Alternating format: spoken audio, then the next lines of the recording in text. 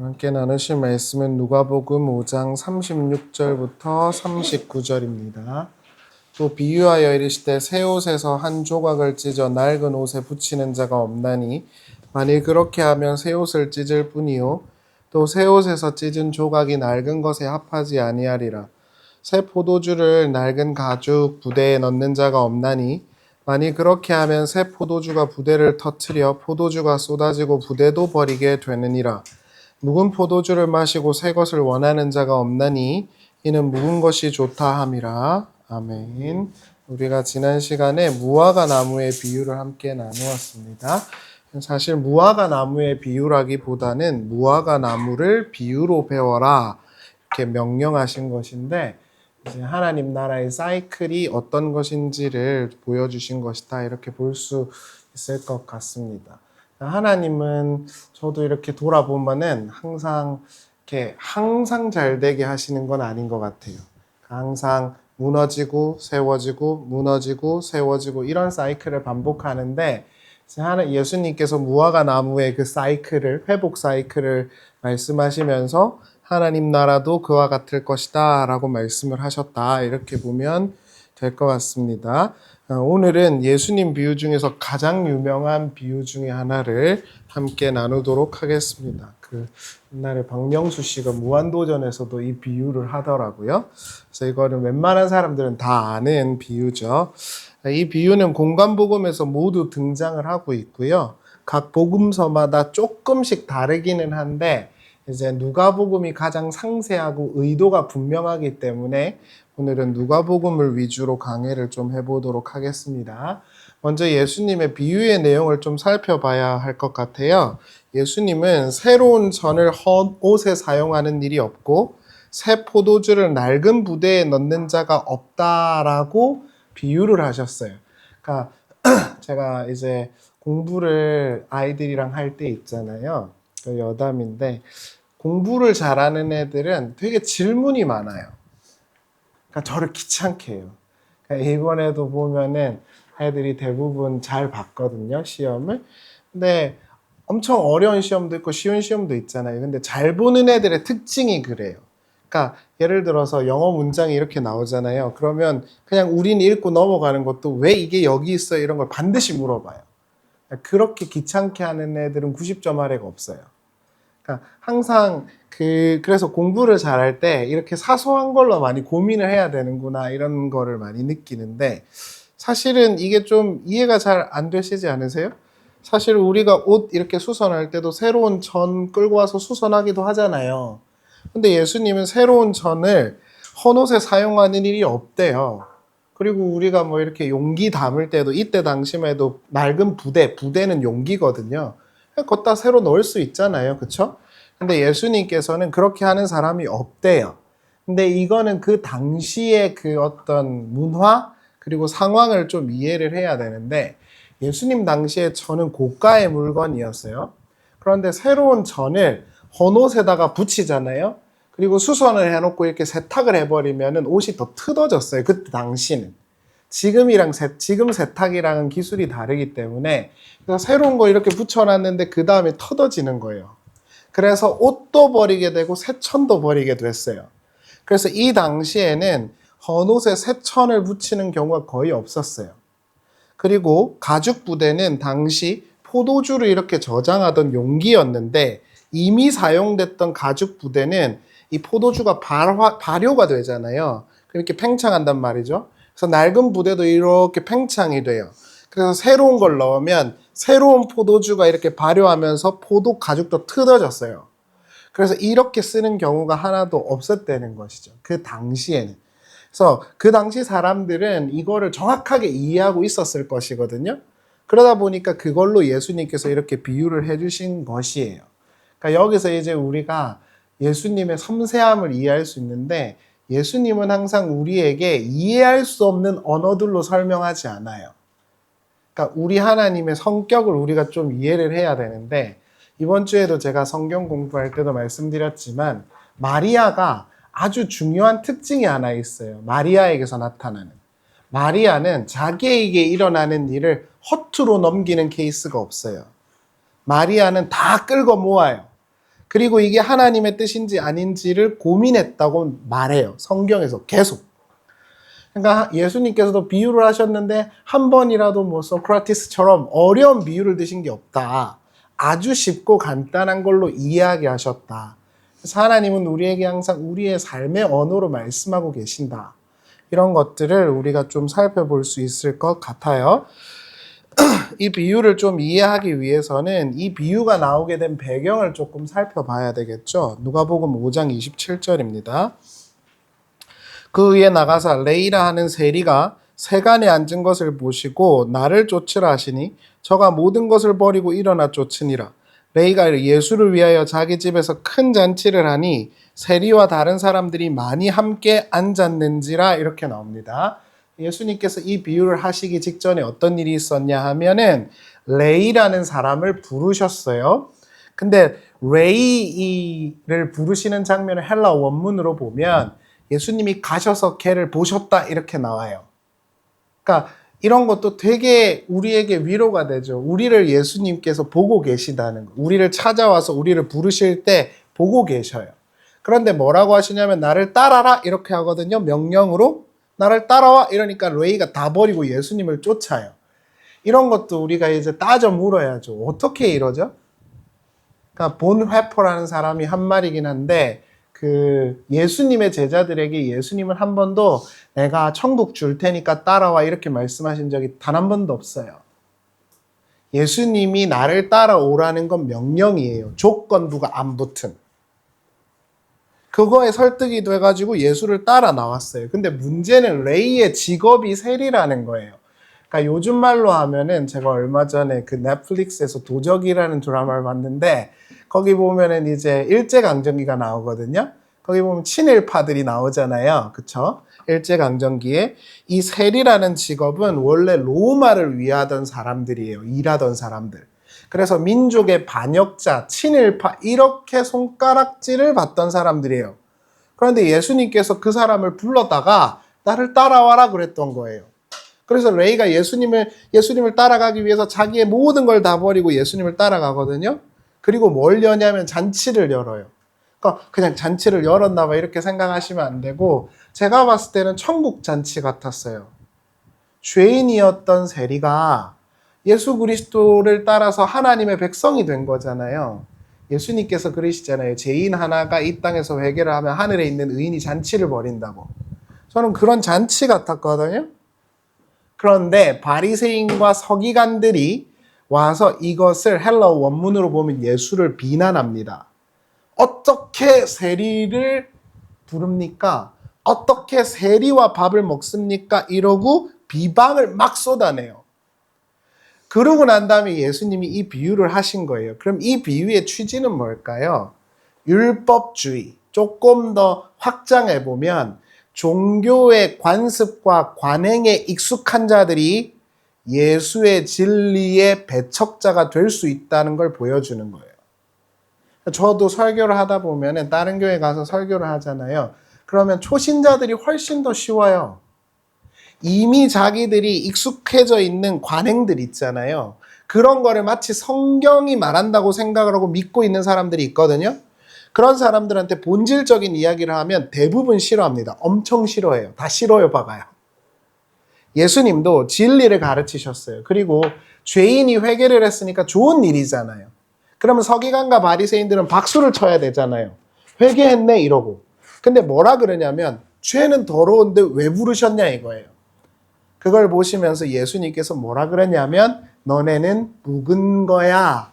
나는 새로운 거야. 너네가 나를 싫어하는 건 니네가 묵은 거가 좋아서 그래. 이렇게 말씀하신 거예요. 그게 이 비유의 핵심이에요. 여기서 우리가 하나 정리해야 되는 건 이거 보지 마시고 레이의 다른 이름이 뭐죠?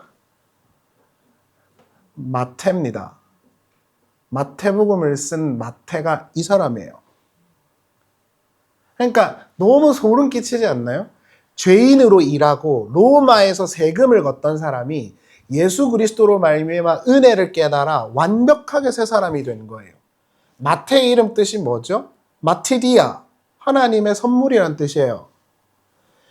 그러니까 레이라는 이름으로 있던 이 사람이 나는 하나님의 선물로 이 삶을 누리고 있습니다라는 완전한 계명, 완벽하게 이렇게 탈바꿈 한 거예요. 그럼 이것만 봐도 그냥 우리가 종교적인 걸 떠나서 사람이 새 사람이 되면 얼마나 좋은 일입니까? 그런데 그걸 싫어해요. 한번 보실래요? 마태복음 10장 2절입니다.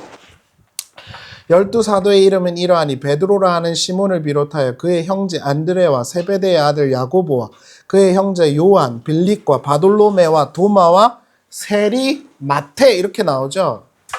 여기서 보시면 마태는 자신을 마태라고 설명해요. 마가와 누가복음에는 안 나옵니다. 마가와 누가복음에는 그냥 레이라고 나와요. 근데 마태복음에서는 마태라 그랬어요. 근데 마태복음을 기록한 건 누구죠? 자기잖아요. 그러니까 자기 고백을 담은 거예요. 요한도 자기를 뭐라 그러죠? 예수께서 사랑하는 자라고 자기 고백을 하잖아요. 마태가 자기 고백을 한 거예요. 그래서 마태는 앞서도 말씀드렸다시피 마티티아, 그 히브리어의 마티티아의 헬라식 표현이 마태예요. 하나님의 선물이라는 뜻이죠. 나는 하나님의 선물로 새 사람이 됐다라는 고백을 한 거예요. 각설하고 만약 예수님께서 율법주의자들처럼 이 레이를 향해서 손가락질을 하고 죄인이란 낙인을 찍으셨다면 그 사람이 하나님의 복음을 전하는 사람이 됐을까요? 그럴 리가 없죠. 절대 아니죠. 예수님은 죄인들을 부르셔서 하나님의 백성이 되게 하시는 분이시죠. 그런데 이 일을 보고 종교 지도자들이 반대하더라 이 말입니다. 이게 저 같은 사람들이 제일 주의해야 되는 거죠. 내가 믿어왔고 내가 익숙했던 것이 마치 종교의 본질인 것처럼 오해하면 생기는 현상이에요. 그러니까 이렇게 생각하시면 돼요. 여러분, 종교적인 절차와 간행이 중요한가요? 사람이 중요한가요? 그렇죠. 근데 종교에 심취한 사람들은 사람보다 관행이 중요하잖아요. 얼마 전에 유대 이스라엘에서 일어난 일을 제가 봤는데, 유대교 사람이 지나가는 그 천주교 캐톨릭 그 수녀 있잖아요. 수녀를 개패듯이 폈어요. 그러니까 그 사람들은 지금 뭔가 착각하고 있는 거죠. 이슬람의 극단적인 사람들도 착각하고 있는 것이죠. 자기들이 믿고 있는 바나 자기들이 해오던 것에 심취하면 본질적인 걸 모르게 돼요. 이게 종교에 심취한 사람들의 특징입니다. 예수께서 그것을 지적한 거예요. 얘들아, 하나님이 너에게 율법을 주신 건 너네를 사랑하셔서 은혜로 구원하기 위한 거지, 너네가 그거 잘 지켜서 하나님 앞에 의스대라고 준 게 아니야. 근데 너네는 그걸로 너네를 자랑하고 있네. 너네는 묵은 거, 옛 것이야. 그러니 니네가 어떻게 내 안에 오겠니? 이 이야기를 하신 거예요. 저는 오늘 한국교회도 생각해 봐야 된다고 생각하거든요. 그 뒤에 어떤 일이 있었냐? 금식과 기도에 관한 것이 나와요. 33절을 보시죠. 저희가 예수께 말하되 요한의 제자는 자주 금식하며 기도하고 바리새인들의 제자들도 또한 그리하되 당신의 제자들은 먹고 마시나이다. 예수께서 저에게 이르시되 혼인집 손님들이 신랑과 함께 있을 때 너희가 그 손님으로 금식하게 할 수 있느뇨? 그러나 그날에 이르러 저희가 신랑을 빼앗기리니 그날에는 금식할 것이니라. 여기서 보시면 예수님께 와갖고 세례 요한의 제자나 바리새인의 제자들은 금식하고 기도했어요. 근데 왜 당신의 제자들은 맨날 먹고 마셔요? 헬라어로 보면 먹고 마시다 이렇게 나오거든요. 이거 여담인데 저도 옛날에는 우스갯소리입니다. 좀 살이 빠졌잖아요. 제가 지금 모르시겠어요? 옛날에 이제 고등학교 때 제가 100kg 나갔거든요. 근데 이게 우스갯소리예요. 재밌게. 고등학교 한 3학년 때 몸무게가 되면 제가 논문을 읽었더니 그 설정점 이론이라 해가지고 고3 때 살이 딱 찌잖아요. 그러면 이게 우리 몸의 팻셀이 되는 거예요. 지방세포 설정점이. 그래서 어릴 때는 말랐다가 나이를 먹으면 그 정도까지 무조건 커간대요. 그런 게 있대요. 그런데 제가 고등학교 때 금식을 많이 했어요. 어릴 때는. 뭐 금식했냐? 뭐 하나님 크게 써달라 이런 금식이죠. 지금도 금식을 혹시 하시는 분들이 있을 수도 있는데 금식하지 말라 그러잖아요. 예수님께서. 금식과 기도를 왜 자주 안 해요? 그랬더니 예수님이 뭐라 그러면 하지 마라 그래요. 요즘에 이 사투리가 유행이던데 하지 마라. 왜냐고요? 남편이 오셨으니까요. 남편이 없을 때나 금식이나 기도를 하는 거야. 이렇게 말하는 거예요. 그럼 남편은 누구예요? 예수님이거든요. 하나님 나라가 왔는데 왜 금식하고 기도하고 앉았냐고 이야기를 하시는 거예요. 먹고 즐겨야지. 그러니까 이런 것만 봐도 우리가 적용할 점들이 너무 많죠. 이 당시에 금식과 기도는 종말론적 행위였어요. 저처럼 어린 시절에 저처럼 하나님 뭐 주세요 이러고 금식한 적이 없어요. 유대인들은요. 유대인들의 기도문을 보면 오늘날 막 유명인들이 나와가지고 기도 노트 썼다 그러잖아요. 그런 거 하나도 없어요. 그 완전히 한국식이에요. 유대인들의 기도문은 대부분 하나님의 나라가 오기를 기도했어요. 그래서 금식하고 기도했단 말이죠. 왜냐하면은 자기들이 봤을 때 아직 하나님 나라가 안 왔거든요. 로마의 압제를 받고 있으니까. 그래서 하나님께 금식과 기도를 했어요. 그런데 예수님께서 오셔서 뭐라 그러냐면 이제 금식과 기도는 끝났다 그래요. 왜? 내가 왔으니까. 나로 말미암아 하나님 나라가 시작됐는데 너네가 기다리던 그 나라가 왔는데 왜 금식하고 기도하고 있어? 필요 없는 거야. 근데 남편이 없으면 하는 거야 이렇게 말하는 거예요. 그러니까 이거를 우리에게 적용하면 목사님 금식 기도 언제 해요? 내가 하나님과 멀어져 있다고 생각할 때 하시는 거예요. 내 소원을 늘어놓을 때 하는 게 아니라 새로운 다윗을 향한 약속을 따라서 오신 메시아가 오셨고 죄인들이 의인이 되는 일이 생겼어요. 그러면 누구보다 바리새인과 서기관들이 좋아해야 하잖아요. 그런데 싫어하더라는 거예요. 이게 문제죠. 근데 왜 싫어했을까요? 예수님께서 이렇게 말씀하셔요. 누가복음 5장 39절. 묵은 포도주를 마시고 새 거를 원하는 자가 없나니 이는 묵은 것이 좋다 함이니라. 자기들의 것이 좋아서 그래요. 내가 해오던 종교적인 관행이나 습관이나 태도나 믿음이나 가치관들이 자기의 살과 피가 되어서 도저히 끊어버릴 수가 없게 된 거예요. 이것이 예수 그리스도를 믿는 우리에게도 동일하게 주의해야 하는 지점인 거죠. 종교에 심취한 자들은, 지나치게 심취한 자들은 종교의 본질을 몰라요. 기독교의 본질을 모른단 말입니다. 그래서 자기들이 하던 것이 중요해요. 틀이 중요하고. 그래서 큰 교회 가보면 그 시스템을 붕괴시키지 않기 위해서 노력하는 거예요. 이건 안 된단 말이에요. 그러니까 저는 그럴 리도 없겠지만 정말 제일 안 좋은 게 이런 거 있잖아요. 예를 들어서 교회의 규칙을 세워서 엿다 쓰진 않았는데 교회의 규칙을 세워서 이거 통과하면 권사 주고 집사 주고 장로 주고 이 가장 비성경적이라고 생각해요. 뭐 하는 짓이에요 그게. 그러니까 예를 들어서 저도 옛날에 전도사 할 때 목사님들이 하는 거 봤거든요. 보면은 365일 중에 300일 새벽기도 할 거. 11조는 이게 제일 중요해요. 11조 무조건 할 거. 그 다음에 목사님이 시키는 일 다 할 거. 이러면 장로, 권사 이렇게 되든. 아주 비성경적인 거예요. 그런 자격과 관행들에 익숙해지기 시작하면 절대 사람을 못 봐요. 그러니까 뭔가 성가대 유지하려고 애들이 하기 싫어 죽겠어도 시키는 거란 말이에요. 그게 나쁜 거예요. 예수께서 말씀하시잖아요. 그건 옛 거라고. 새 것이 왔는데 왜 그러고 있냐고. 그럼에도 불구하고 그들은 절대 그걸 포기하지 못했어요. 이걸 우리가 sunk cost, 매몰 비용이라고 말해요.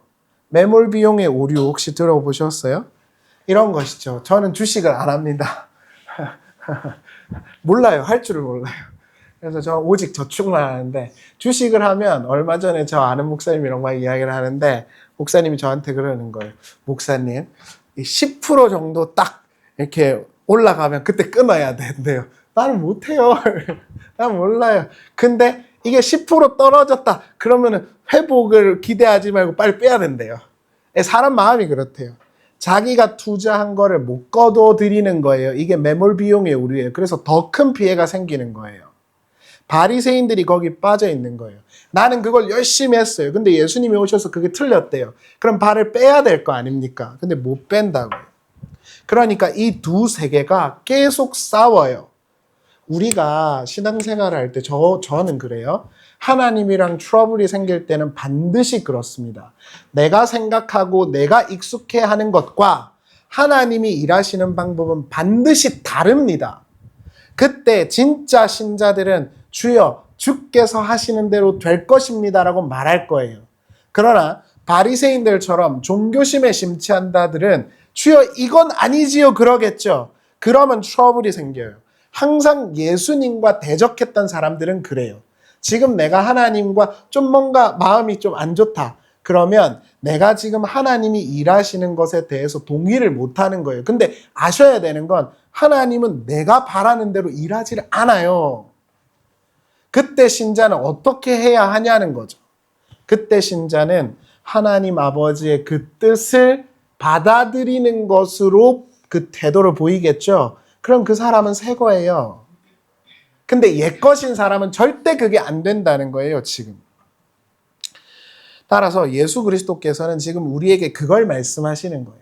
하나님이 너희에게 주시는 새로운 일과 역사와 너네가 해오던 것이 다를 때 당연히 하나님에게 순종할 수 있는 것이 카인은 새로운 존재들인 거야 이렇게 말하는 거예요.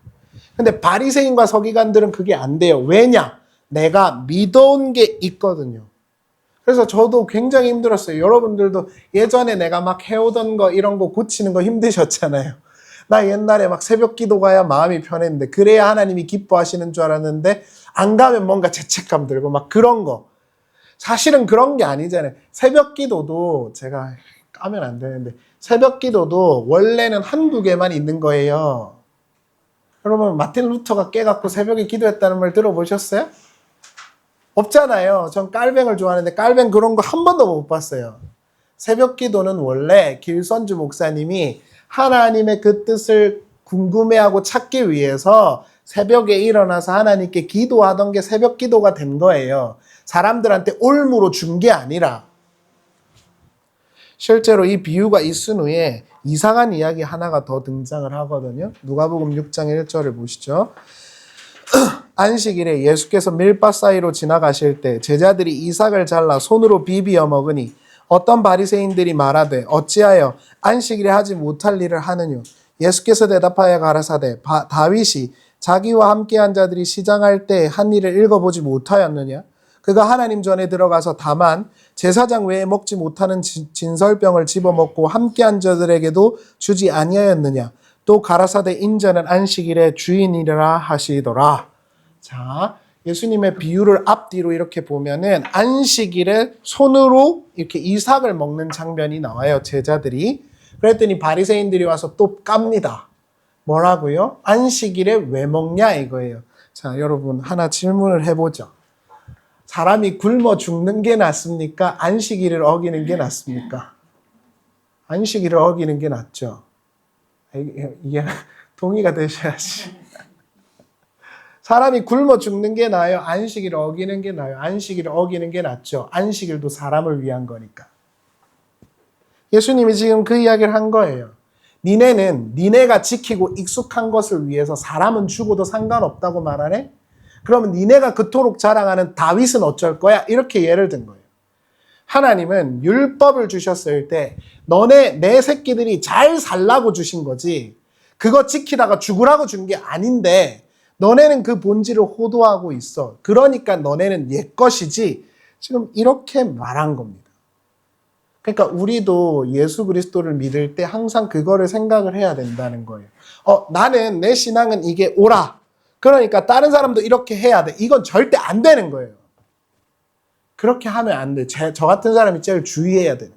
나는 새벽 기도하고 11조 하니까 너는 새벽 기도하고 11조 해. 안 해? 믿음 없네? 너 권사 탈락. 이딴 게 어디 있냐고요. 그거는 예수께서 이야기하신 복음과 완전하게 반대되는 거예요.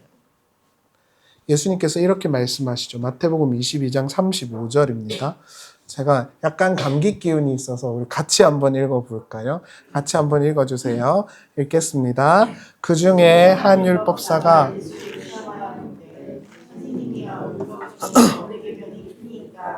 예수께서 가라사대 내 마음을 다하고 목숨을 다하고 뜻을 다하여 주 너의 하나님을 사랑하라 하셨으니 이것이 크고 첫째 되는 계명이요 둘째는 그와 같으니 내 이웃을 내 몸과 같이 사랑하라 하셨으니 이 두 계명이 온 율법과 선지자의 강령이니라. 아멘. 네, 그러니까 예수님이 분명하게 답하신 거예요. 진짜 율법이 중요한 것은 하나님의 사랑, 그 은혜를 알아 하나님을 사랑하고 이웃을 사랑하는 거지. 그게 율법이야. 근데 니네는 그거를 조항을 나눠가지고 이걸 지켰네, 안 지켰네 하고 있네? 그러니까 니네가 옛 것이야. 이 이야기를 한 거예요. 유대인들의 그 바리새인들의 규칙을 보면 안식일에 하지 말아야 될 행동이 49개예요. 그러니까 옛날에 여러분 예를 들어서 이방 사람들이 이스라엘 쳐들어오잖아요. 그럼 언제 쳐들어오는지 아세요? 안식일 날 쳐들어와요. 칼을 안 들어요. 저 같은 사람은 맨날 안식일 어기는 거죠. 왜냐하면 여기 겨드랑이 아래에 땀이 나면 안 돼요. 안식일을 지키려면. 그러니까 그거를 했냐 안 했냐로 자기가 그 종교의 위에 있는 거라니까요. 그 만족. 물론 종교적인 관행이 중요한 점도 있죠. 저는 주일날 예배드리는 이 시간 너무 좋거든요. 그러니까 중요한 점도 있죠. 그러나 중요한 건 그 프랙티스가 관행이 본질 위에 있을 수는 없다는 거예요. 그러면 왜 관행이 있어야 되는가? 사도 바울이 기막힌 이야기를 하나 합니다. 한번 보겠습니다. 고린도전서 8장 13절이에요. 그러므로 만일 음식이 내 형제를 실족하게 한다면 나는 영원히 고기를 먹지 아니하여 내 형제를 실족하지 않게 하리라. 사도 바울이 뭐라 그러냐면 이방인들의 이 제사를 지낸 음식을 먹어야 하나요? 안 먹어야 되나요? 이것 때문에 문제가 많았어요. 고린도 교회에. 그랬더니 바울이 뭐라 그러냐면 먹든 말든 아무 쓸모 없다. 그것 갖다가 니네가 의롭게 되는 게 아니다. 이렇게 말해요. 그럼 사람들이 그러면 이제부터 관행도 없고 규례도 없고 세상 사람들처럼 술도 마구 먹고 막 제사도 마구 지내고 할 수 있잖아요. 그래서 바울이 덧붙인 거예요. 근데 말이야, 그 행동을 보고 다른 사람들이 너 형제가 실망돼. 그래서 교회를 안 다닐 것 같으면 나 안 한다. 이렇게 말해요. 관행이 중요한 이유는 내 신앙적 양심을 위해서가 아니라 타자의 신앙을 위해서래요. 이게 되는 거거든요. 그래서 저는 술을 안 먹어요. 저도 별로 안 좋아하지만 제가 술 먹고 멍청멍청 하는데 여러분 와갖고 설교하면 덕이 되겠어요? 안 될 거 아닙니까? 덕이 되시나? 덕이 안 되겠죠. 그래 안 먹어요. 그건 뭐가 중요하니? 내가 그걸 했다 해서 중요한 게 아니라 그것 때문에 딴 사람들이 상처받고 안 할 것 같으면 나 안 한다 이렇게 말한 거예요. 그걸 위해서 프랙티스가 있는 거라고 말한 거예요. 근데 바리새인들은 뭐라 그러냐면 나 안 먹었다. 니 먹지. 니 더러운 놈. 나는 깨끗한 놈. 이렇게 돼버린 거예요. 그러니까 문제가 된 거죠. 바울이 정확하게 보여준 거예요. 말씀을 마무리하면서요. 깔뱅의 표현을 빌리자면 하나님의 일하심은 인간의 눈으로 보기에 어색하고 이상해요. 제가 이번 주 성경 공부에도 인용한 거긴 한데 너무 좋아서 한 번만 더 써먹겠습니다. 누가복음 2장 11절을 보시죠. 오늘날 다윗의 동네에 너희를 위하여 구주가 나셨으니 곧 그리스도 주시니라. 너희가 가서 강보에 쌓여 구유에 누인 아기를 보리니 이것이 너에게 표적이니라 하더니 이렇게 나와요. 예수님은 죄에서 우리를 구원하실 소테를 구세주시며 하나님이 예언한 하나님 나라의 왕 크리스토스이시며 하나님 본체 큐리오스예요. 이렇게 다 쓴 경우가 없어요. 엄청나게 최고의 표현을 쓴 거예요. 예수님 짱이다 이 말이에요. 근데 그 예수님이 어디에 오셨죠? 말 구유통에 오셨어요. 그러면서 뭐라 그러냐면 그게 세메이온이다 그래요. 제가 이번에 공부하면서 아주 재밌는 걸 봤는데 그럼 우리가 예를 들어서 예수님 영화에 보면 예수님 탄생할 때 마구간이 뭘로 돼 있어요? 구유통이? 안 보셨어요? 나무로 돼 있죠. 나무가 있고 좀 그래도 안락한 조명과 이렇게 북신한 이렇게 집신이라 해야 되나? 그런 게 있잖아요. 이때 당시는 나무로 마구통을 만들지 않았어요. 저 너무 재밌어가지고. 이때 당시에는 말 먹이통을 뭘로 만들었냐? 돌덩이로 만들었어요. 석회암으로. 예수님이 그래도 좀 안락하고 작지만 소박한 말 구유통에 온 게 아니란 말이에요. 돌덩이 위에 있었어요. 아기가. 차가운 돌덩이 위에 있었단 말이에요. 근데 뭐라 그러냐면 그게 표적이야 그래요. 깔뱅이 그러죠. 이상한 하나님이라고. 근데 하나님은 그렇게 일을 하셨어요. 왜냐? 하나님 나라의 복음을 전하기 위해서죠. 저는 이 말씀을 보면서 아까 질문을 해주셨는데 한 줄로 딱 요약하면 이거죠. 하나님의 일하심과 우리의 일함이 다를 수 있어요. 그러나 중요한 건 마리아처럼 주여 주의 뜻대로 되어지리다라고 무릎을 꿇을 수 있는 게 신자라는 겁니다. 그게 새 백성이라는 거예요. 근데 하나님 이건 아니죠. 내가 원했던 건 이거고 내가 믿었던 건 이건데 왜 이대로 안 해요? 그러면 바리새인과 서기관이 되는 겁니다. 꼭 기억하셔야 되는 것은 예수님은 나약하고 가난하고 과부와 세상의 가장 나약한 자들과 함께 식사를 하시고 가장 하나님을 사랑한다는 자들과 대적하셨어요. 오늘 우리의 시대에도 그럴 수 있다고요. 지금도 하나님을 위해서 난 뭘 하고 있어요 하는 사람들이 가장 큰 하나님의 대적자가 될 수 있습니다. 하나님이 우리에게 하나님의 율법과 성경과 진리를 주신 건 우리로 하여금 살게 하시기 위한 거지 죽이게 함이 아닙니다. 그것을 안다면 예수님께서 말씀하신 것처럼 우리는 새 포도주이겠죠. 그러한 새 포도주가 되어서 하나님의 그 은혜를 누리는 우리가 될 수 있기를 바랍니다. 잠깐 기도하면 좋겠습니다. 저는 예수님이 참 멋지신 분이라는 생각이 들어요. 그냥 제가 기독교인이라서 그런 게 아니라 정말 멋지신 분이다라고 생각하는 건 예수님은 헤롯 왕궁에 오지 않으셨죠. 예수님은 위대한 사람들을 찾아가지 않았어요. 예수님은 돈 많이 내고 헌금 많이 하는 사람들을 칭찬하신 적도 없죠. 예수님은 친구가 없어서 외롭게 물뜨고 있는 여자에게 찾아가셨고 예수님은 친구가 없지만 사람들에게 비난받는 레이라는 사람을 보시고 찾아가셨어요. 예수님이 참 멋지신 분이다라는 생각이 들어요. 우리가 믿는 그 주님이 오늘 우리와도 함께하고 계시다는 것. 그래서 우리가 그 은혜, 마티티아, 하나님의 선물을 받게 되었다는 것. 그래서 우리도 저도 잘 안 되지만 그 사랑을 흘리고 나눠주는 것으로 그분의 가르침을 이해해야 한다는 것. 그거를 잘 생각했으면 좋겠습니다. 우리 잠깐 기도하면 좋겠습니다. 기도하겠습니다. 내가 무엇을 가지고 여호와 앞에 나아가며 높으신 하나님께 예배할까? 내가 번제물로 1년 된 송아지를 가지고 그 앞에 나아갈까? 여호와께서 천천의 순양이나 만만의 강물 같은 기름을 기뻐하실까? 내 허물을 위하여 내 맏아들을 내 영혼의 죄로 말미암아 내 몸의 열매를 드릴까? 사람아 주께서 선하신 것이 무엇임을 내게 보이셨나니 여호와께서 너희에게 요구하는 것은 오직 정의를 행하며 인자를 사랑하며 겸손하게 내 하나님과 함께 행하는 것이 아니냐. 아멘. 사랑하는 주님, 예수님의 그 은혜와 사랑을, 그 겸손을 우리가 이 아침에 생각해 봅니다. 예수님께서 이 땅에 오셨을 때 예수님은 죄인들과 함께 식사하셨고 예수님은 외롭게 혼자 사람들의 낙인이 찍힌 사람들과 같이 하셨습니다. 예수님은 높은 헤롯 왕궁이 아니라 낮은 마구간에 오셨고 예수님은 사람들의 박수 받는 곳이 아니라 가장 어둡고 힘든 곳에서 눈물이 흘리는 이들과 함께 하셨습니다. 예수님의 그 사랑과 겸손과 낮아지심이 우리를 하나님의 자녀가 되게 한 것입니다. 그 은혜를 잊지 않고 그 은혜의 선물을 잊지 않고 살아가는 우리가 되게 하여 주시옵소서. 하나님, 영원히 죽을 수밖에 없는 죄인이던 우리를 예수께서 하나님의 백성이 되게 해 주셨습니다. 그 사랑을 힘입어 하루하루 하나님의 자녀로서 이 땅을 살아갈 수 있게 해 주시옵소서.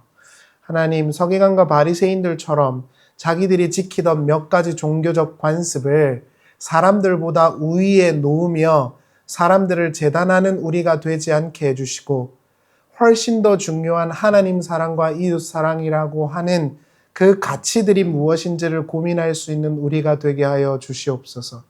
때로는 내가 지키던 것을 어길 수도 있겠지만 그것으로 말미암아 하나님의 사랑과 하나님의 동행을 타자에게 알려줄 수 있다면 그렇게도 할 수 있는 용감한 우리가 될 수 있게 하여 주시옵소서.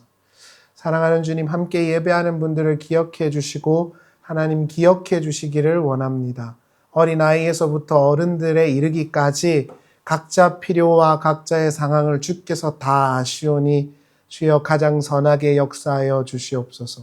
우물가의 여인을 만나시고 혼자 외톨이처럼 있던 그 세리 마태를 찾아가셨던 예수님, 우리에게도 지금 오셔서 우리와 함께 해주시고 우리의 목마른 영혼과 우리의 아픈 몸과 영혼을 치유해 주시며 예수 안에서 진정한 기쁨을 누리며 살아가게 하여 주시옵소서.